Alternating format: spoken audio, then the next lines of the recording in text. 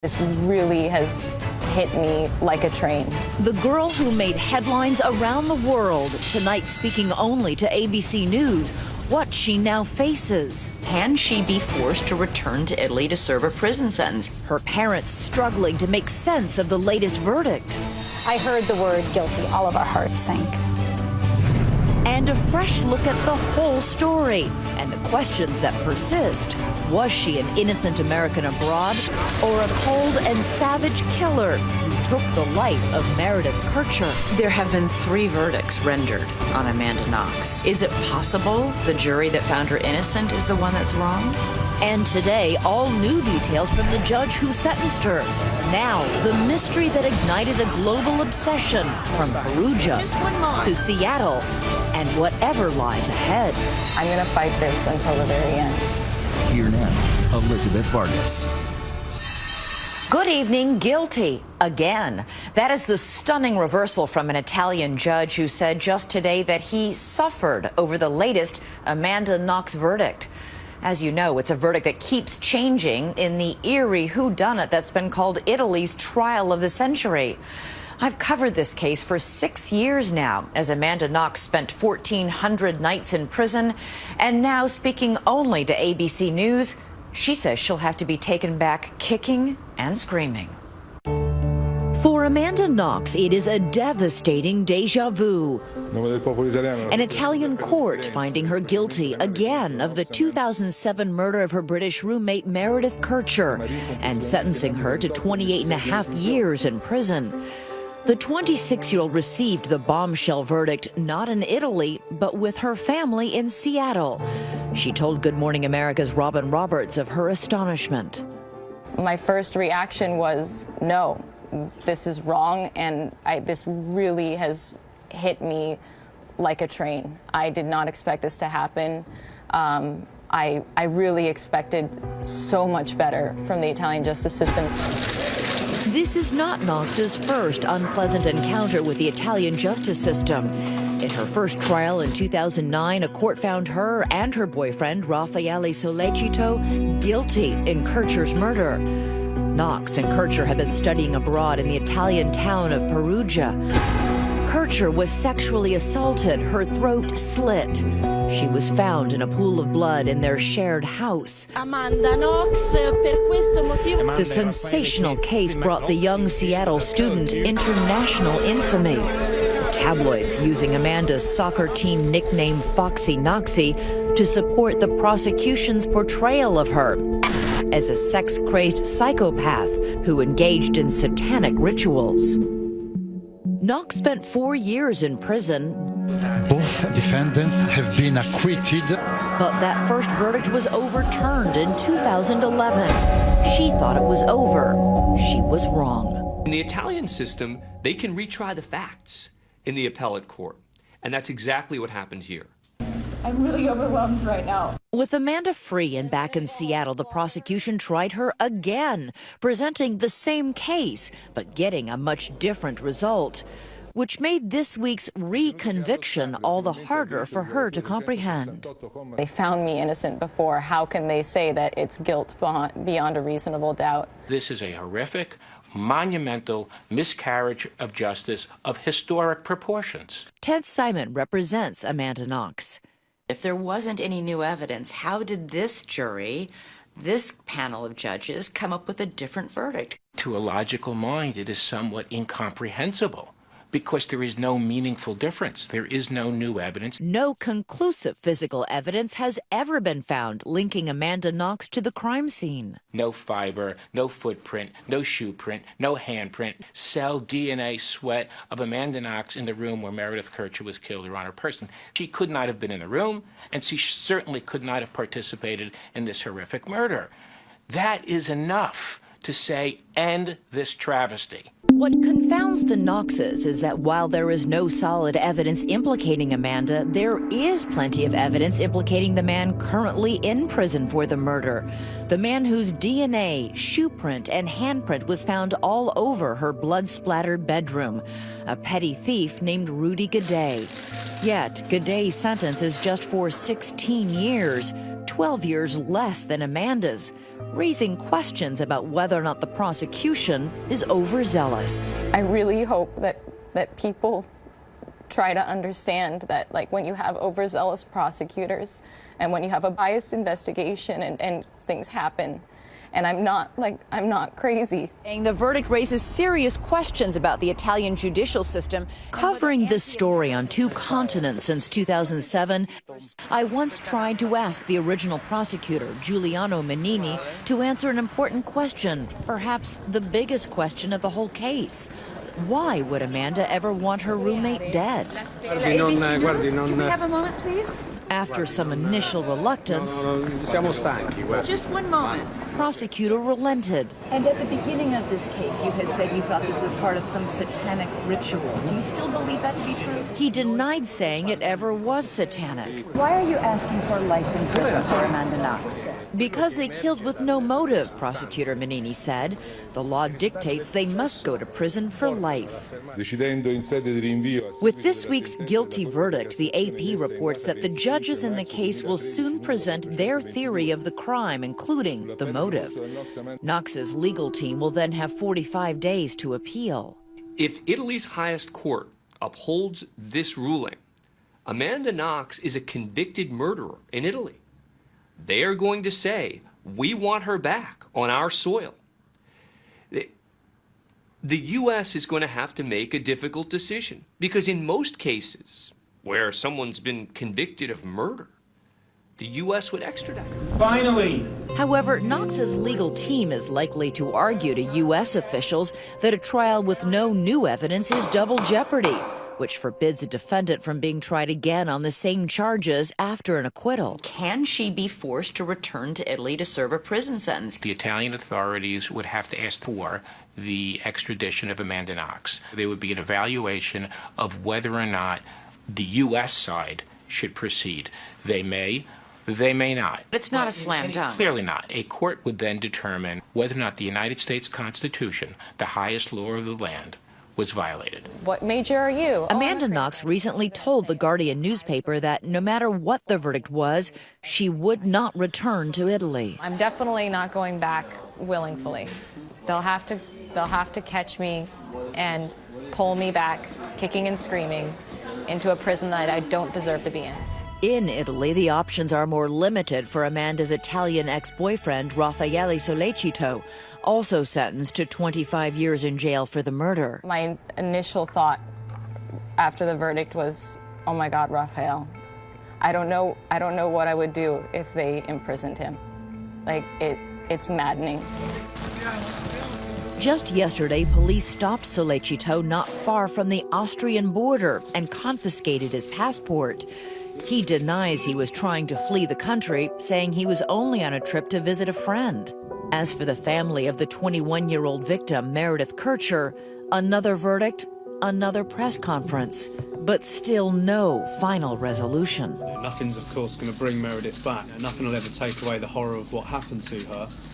The best we can hope for is of course, finally bringing this whole case to a conclusion, and a conviction, and everybody can then move on with their lives. I just want them to know that I really understand that this is incredibly difficult. When the case has been messed up so much, like, a verdict is no longer consolation for them, and they deserve respect and the consolation of some kind of acknowledgement, and that's being lost. And it's, I really wish them the best. I can only testify to what happened to me and hope that people believe me, but I think the answers are out there, and I really, really ask that people try to look for those.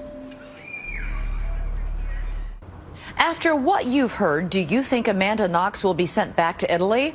If you were her, what would you do if the government decided to force you back? We're on Twitter tonight, so let us know. Tweet me using the hashtag ABC2020. We'll be right back. When we come back, reconstructing the sensational story. What Amanda says happened the night of the murder and the morning after. What about that video? Where is the grief? Where is the anguish? Next.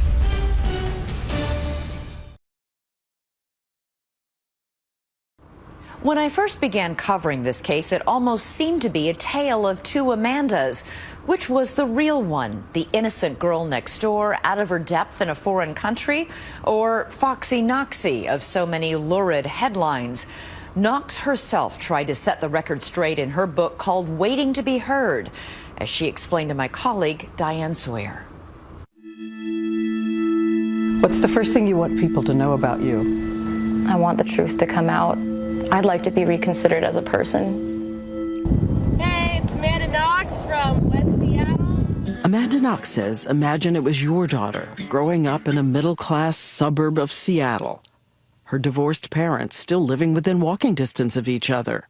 Above all, she says she loves her family. The wonderful thing about my family is that we need each other, always, all of us. And whatever happens to one of us happens to us all.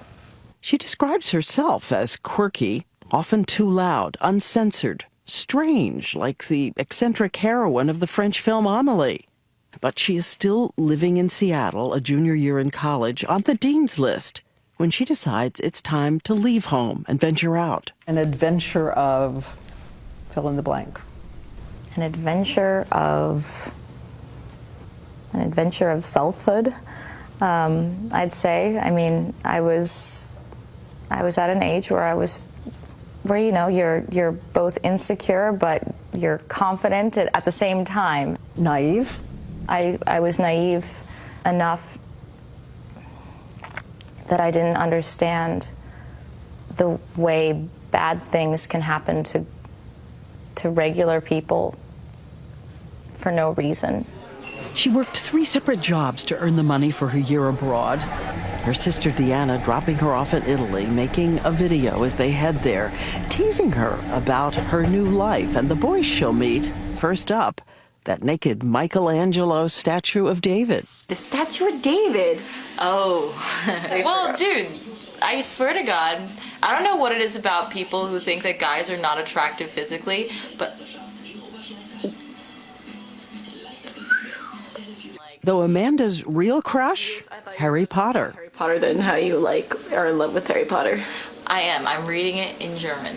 And I'm going to get the second one in Italian. And I'm not even going to be able to read it because I can't even do Italian yet. But it's going to happen, baby. You look at the picture of the girl who arrived there. What would you want to say? I want to tell her not to be afraid of what's going to happen. Because what happened to me hit me like a train. You are looking at a surveillance camera in Perugia, Italy, as day turns into night. November 1st, 2007, 8:41 p.m. There is a small dot there, hard to see, something moving. In court, they will say this is probably the last image of Meredith Kercher alive, heading toward her home about 100 feet away. She will be brutally attacked in her bedroom, and we warn you, this police video is graphic. There are 47 cuts and bruises on her neck, legs, face, inside her mouth. Her clothes ripped off, and around her body, etched in blood, a shoe print. A handprint on the wall, a footprint on the bath mat in the bathroom, drops of blood on the faucet. Meredith Kercher had studied karate. It's clear she fought hard for her life. A life filled with possibilities. This is her acting in a music video back home in England.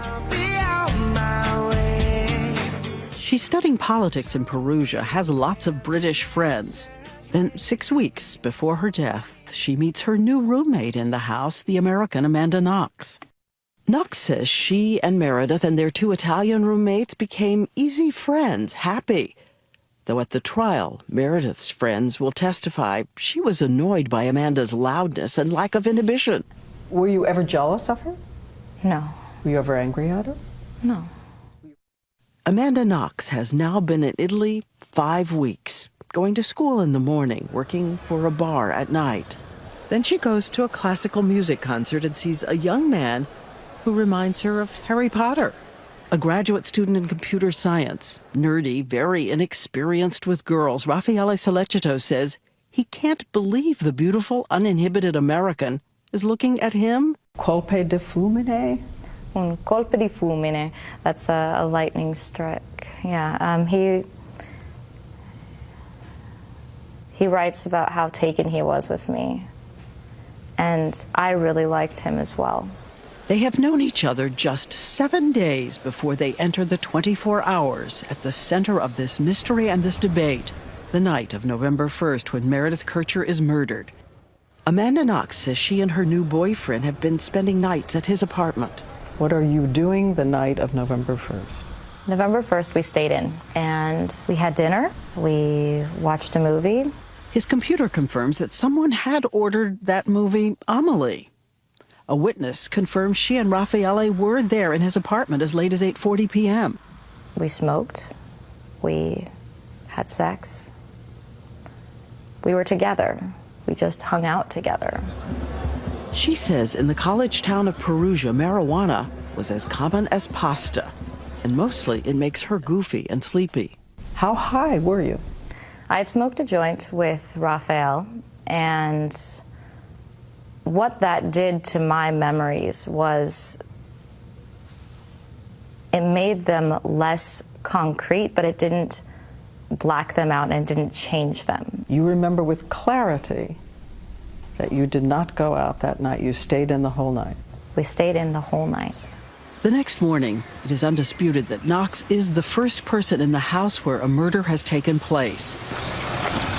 She says she made the 5-minute walk from Raffaele's apartment home to take a shower and get fresh clothes. She says she noticed the front door standing open, thought it was odd, but the latch didn't always work.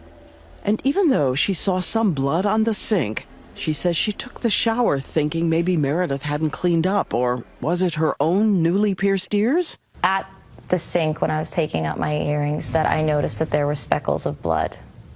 But speckles. A few drops. Did you see the bath mat? Did you see the footprint? Not yet. I saw that when I was getting out of the shower, and I thought it was strange. But you know, people look at this and they say, door open, blood in the bathroom. Those are red alarms. Well, I had never before experienced anything in my life that was drastic. Because people think you'd be automatically concerned. Well, and indeed I was. That's why I called my mom. She woke her mother in the middle of the night in Seattle. From this point on, Amanda Knox and her behavior will be a kind of kaleidoscope, shifting shapes depending on what you see. Is inappropriate behavior evidence of guilt? Or, as she says, was she just a tone-deaf girl in a trauma? She sits on Raffaele's lap at the police station, playfully making faces. She tells Meredith's grieving friends that Meredith must have suffered. She had her effing throat cut. Sorry about that now. I could have been more sensitive. Not knowing, police are studying her every move. A female officer later testifies that Amanda Knox is doing cartwheels in the waiting area. She says she was just stretching after a long wait. As far as cartwheels or splits, I never did a cartwheel. I did do the splits, and then later on she claimed that I was doing a whole number of gymnastics, cartwheels, back walkovers. I did the splits, and that's once. But do you see how strange? Well, what's strange is why these things got mischaracterized. I think everyone's reaction to something horrible is different. And perhaps most startling, this video, the first time much of the world will see Amanda Knox on newscasts. È una tipica ragazza americana. Raffaele e Amanda insieme sono... Knox seen here with her co-accused. She's outside the house where the body's been discovered. And people kept saying, where is the anguish? Where is what we think we would do if this happened to our friend? I've seen the same picture, like the kissing just can't stop. And that's not what that was. Kissing shown over and over again on the news, but when you look at the tape, there are 3 quick kisses, then the rest of the time she stares into space. She says thinking about random fate, how she lived in that house too. My friend had been murdered, and it could just have easily been me. Somehow, she had died in the house where we were living. And it could have been me. But watching her, police are sure they have the killer. that American girl. When we come back, did you kill Meredith Kercher?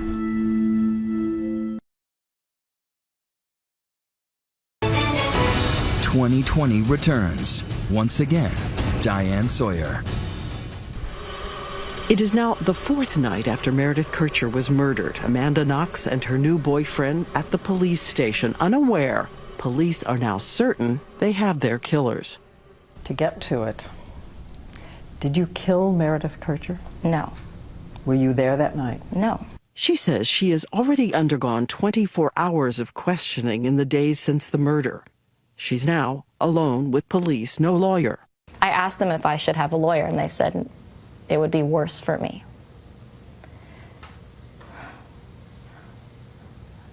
They knew what they were doing, and that is something that is unforgivable to me. What happens next is a stunning turn of events. But you confessed. Well, I didn't confess. I was interrogated. They acted like my answers were wrong.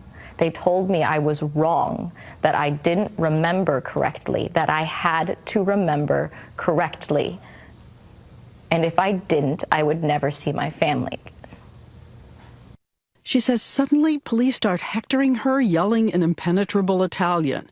She has only been in Italy 5 weeks, and at one point they bring in an interpreter who says maybe she had amnesia from the trauma of being at the murder scene. When they told me I had amnesia, it was the only reason I could think of why they were treating me that way. I trusted them. In another interrogation room, her boyfriend Raffaele is unraveling. Police say they can prove his Nike shoes matched the bloody shoe print in Meredith's bedroom. He says fearfully, frantically, he tells them maybe Amanda did leave his apartment that night. Police hammer Amanda Knox about a text she sent the night of the murder to her boss at that bar where she worked. His name is Patrick Lumumba. She writes him in Italian, "See you later." Not aware, she says, that unlike in English, it suggests you actually plan to meet. And so when they pushed me about Patrick's message and told me to think, told me to remember that I had met him,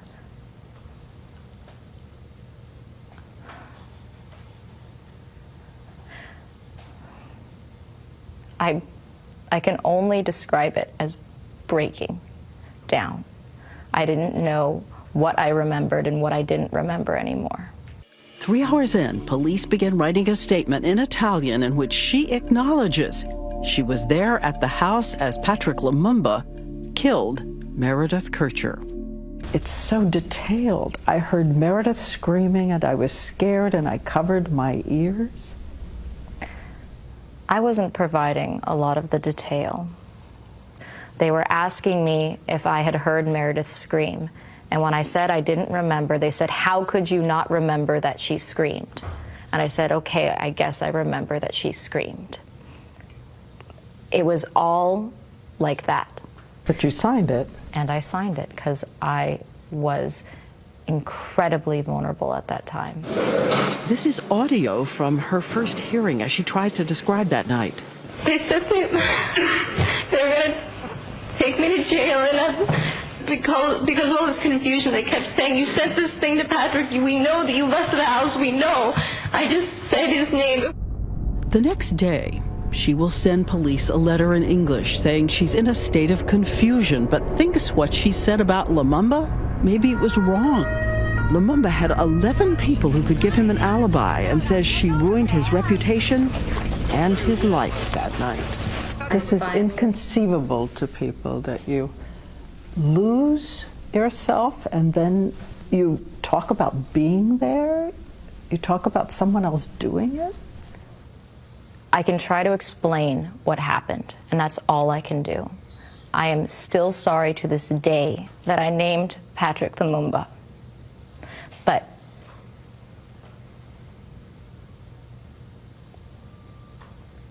I was demolished in that interrogation. And something curious. Police say they failed to make a recording of that night. this is what I'm up against. And she is also up against a formidable adversary, the prosecutor, who has been watching her. Giuliano Menini, a kind of celebrity expert in Italy on sex rituals and murder, believes he has another tantalizing case with a decadent American girl. And when they finally told me they had to take me to the jail, I did not understand why. And they said, it's for your protection. We're protecting you. But the prosecution alerts the press. The global obsession has begun. An angel-faced killer has been apprehended. Next. Everything that I thought I knew about the way justice worked was gone. The chaos of life on trial and in prison for 1,400 days. Did you think about suicide? I did. When we come back.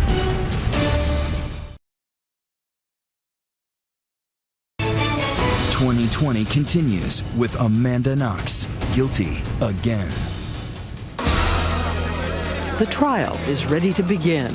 Amanda Knox says because she's been staying in prison, she doesn't grasp that to Italians she's become a pariah, the presumptuous, promiscuous American. In the court, everyone sees her at times smiling, at times stoic, other times not seeming to pay attention.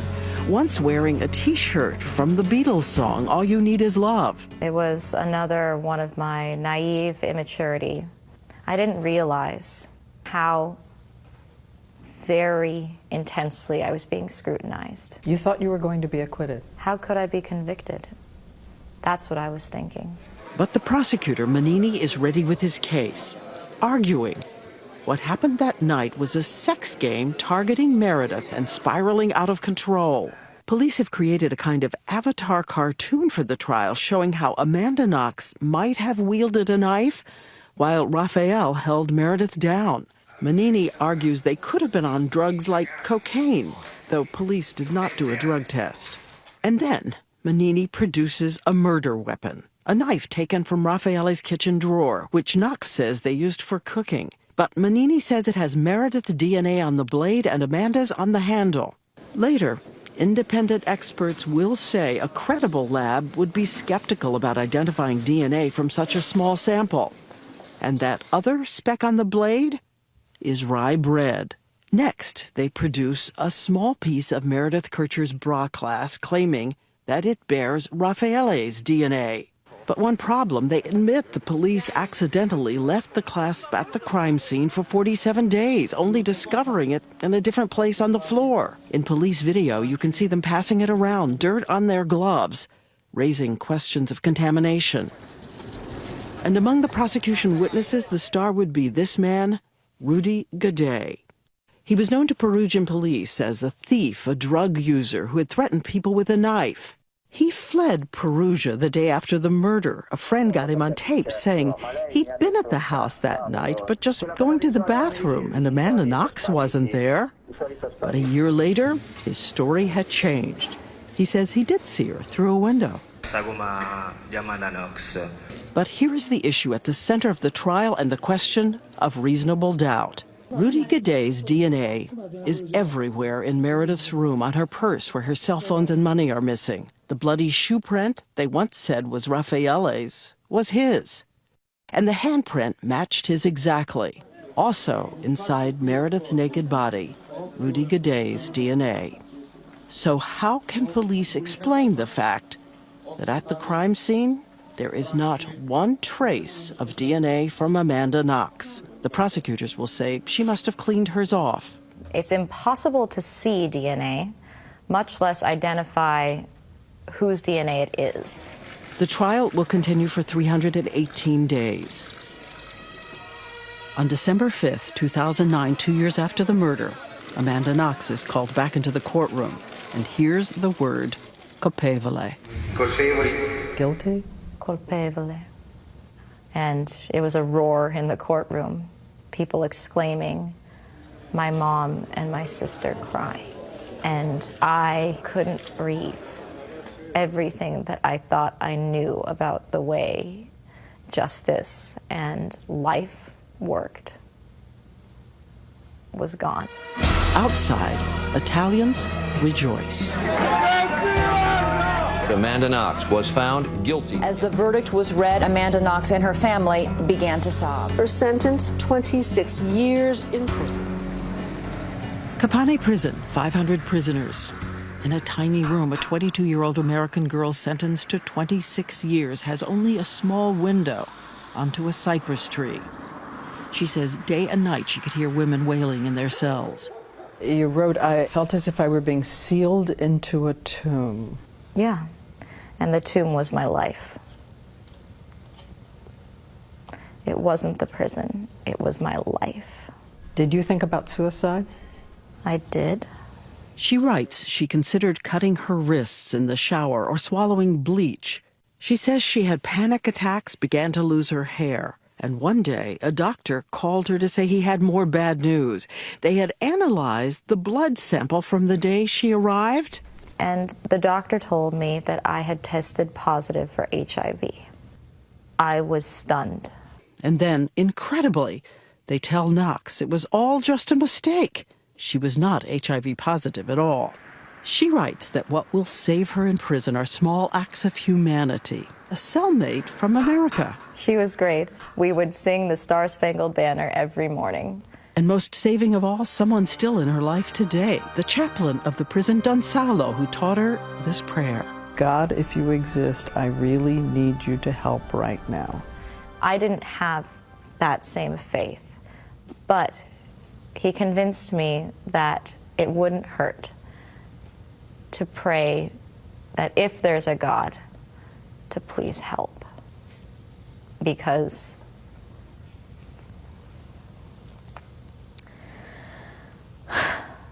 we're all helpless. As her lawyers began filing appeals court briefs, she says she began searching for a purpose, studying Italian literature, living for the days her family could come. They have mortgaged homes, traveled 6,000 miles to be near her, parents, step-parents, aunts, uncles, friends. I saw them 1% of the time, and yet they were always there. They were there 100% of the time.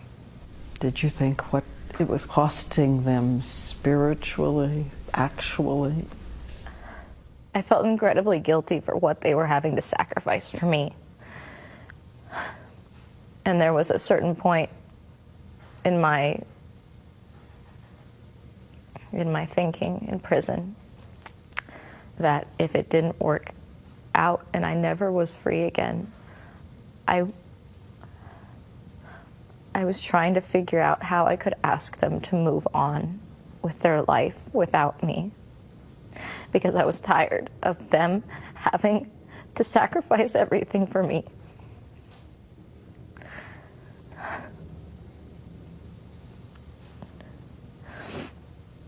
Everything. After 1,427 days, the appeals court is about to render a new verdict. In her now fluent Italian, she talks about Meredith.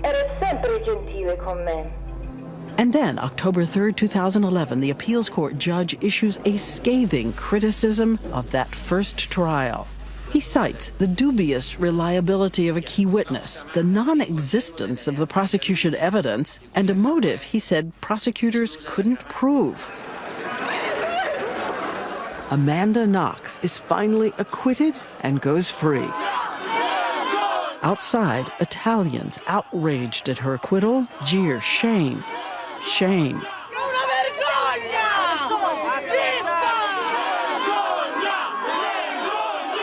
Next, never-seen video of Amanda at home, overjoyed to be free, but her mind still in a sort of prison. I thought I was okay, I was home, and I wasn't. And now, the newest worry. Can she be forced to return to Italy to serve a prison sentence? When we come back. Now, picking up with Amanda's triumphant return to American soil and that fresh air of Seattle. She was free for now, But the traumatic memories of Italy and her time in jail were never far away, and nor was the weight of wondering if she could be sent back to serve a new sentence. With this week's verdict, those fears are now front and center. I'm really overwhelmed right now. When Amanda Knox set foot on U.S. soil for the first time following the reversal of her Italian murder conviction, she was fighting back tears. I was looking down from the airplane, and it seemed like everything wasn't real. As we spoke with her last year, Knox was back with her family, trying to resume a life interrupted by the murder of her college roommate. Thick prison walls were suddenly replaced by the lush green of Seattle and the company of her sister Deanna. After being surrounded by concrete for years, just the same gray dirtiness and hardness, it was incredible to be surrounded by these huge trees and the softness of the ground. Wanting desperately to slip back into the quiet life she once had there, Amanda enjoyed simple pleasures like playing video games. Mine's happy. She was even able to talk about her life behind bars. Did I tell you guys the different ways that we learned how to remove hair in prison because we weren't allowed to have razors? Different ways to remove Like hair. shave your legs. You can use rubber bands. Did you know that? But kidding aside, those 1,427 days in prison haunt her. There were times when I had panic attacks and just broke down and I couldn't breathe. How do you deal with it when it's too much for even you? The body was free, the mind was not. The emotional, psychological prison is worse than the physical one. My mom recommended once that I just go talk to a therapist and see what they thought. And I was amazed that I completely broke down. I thought I was fine. I thought I was okay. I was home. And I wasn't. I was so angry and I was so sad. But that fragile coping process was disrupted last spring when she learned her ordeal was not over. The Italian courts were ordering another trial. I'm not ever going to accept the idea that anyone can say that I did something that I didn't. And with that tough news, the paparazzi once more came out of the woodwork. Hi, Amanda. How are you feeling? How are you coping, Amanda? There was paparazzi lined up outside of the house. Yep. And, you know, Amanda, again, doesn't want to have anything to do with that. It's just weird and disturbing for her. Amanda has taken control of what she can, agreeing to that multi-million-dollar book deal about her trial and prison time in Italy. But putting that pain on the page did not come easily. I was at times so angry and so sad. I just had to step away. I had to get away from my computer. I had to get away from the memory. I had to go on my bed and cry. I had to go and walk around the block 5-10 times to just breathe. Knox, who is scheduled to earn a degree in creative writing at the University of Washington this June, realizes her life is effectively on hold. Meanwhile, she has offered her support for those who are wrongly